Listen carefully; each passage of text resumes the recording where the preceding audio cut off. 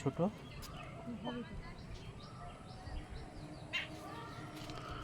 বেঁধে দিচ্ছ?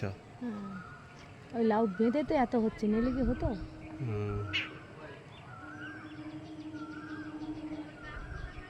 কিন্তু কিছু তো বাঁধা হয়নি, সেগুলো তো হয়ে যাচ্ছে।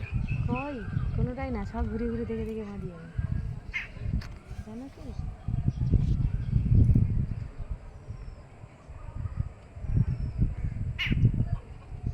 চলো দিদা বলছে চলো। তো লাউ গাছের বেশি গোদ না, কিন্তু লাউ হচ্ছে তো ভালো।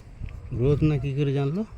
না, লাউ গাছের যে ঝাপানি ঝাপানি পাতা যেগুলো হয় না, আচ্ছা, সেইটাই তো নেই। দিদার যেরকম ভালো কুচকুচে টুকটুক করছে, ওতে বেশি বেশি গাছ গজালে বেশি ফল হয় না তো, এটা সবাই জানে। যত জোরে গর্জে তত জোরে বর্ষে, এটাই তো আসল কথার মানে। এই দেখো কোথায় জালের ভিতর থেকে উঠে কিরম হচ্ছে, দেখো এটা করে ওর ওটা মাথাটা বললাম যে কেটে দিতে, যে নেটটা কেটে দাও, ও জায়গা পাচ্ছে না।